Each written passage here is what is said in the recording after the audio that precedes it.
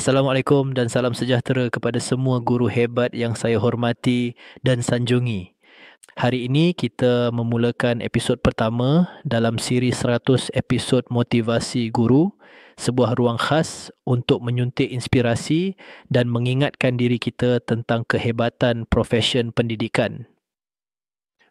Pada episod ini, izinkan saya berkongsi satu pesanan penting. Guru hebat bukan sekadar mengajar, guru hebat membangun jiwa. Peranan guru jauh lebih luas daripada menyampaikan kandungan buku teks. Guru adalah arkitek jiwa manusia.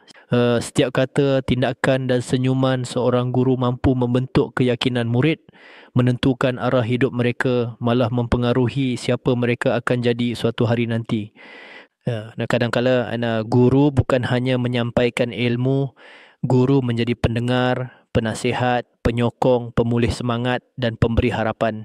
Seorang murid mungkin datang ke sekolah dalam keadaan hilang fokus, sedih atau tidak yakin, tetapi kehadiran guru yang memahami boleh mengubah seluruh hari mereka, bahkan mungkin masa depan mereka.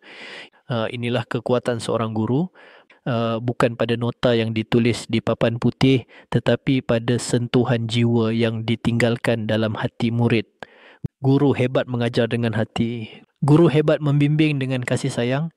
Guru hebat mendidik dengan penuh kesabaran, dan guru hebat sentiasa percaya bahawa setiap murid mempunyai potensi yang luar biasa. Teruskanlah menjadi guru yang membina manusia, bukan sekadar mengisi markah.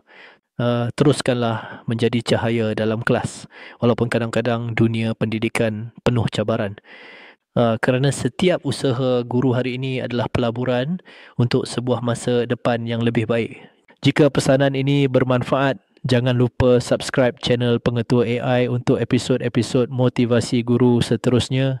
Terima kasih guru-guru semua. Teruslah menjadi inspirasi.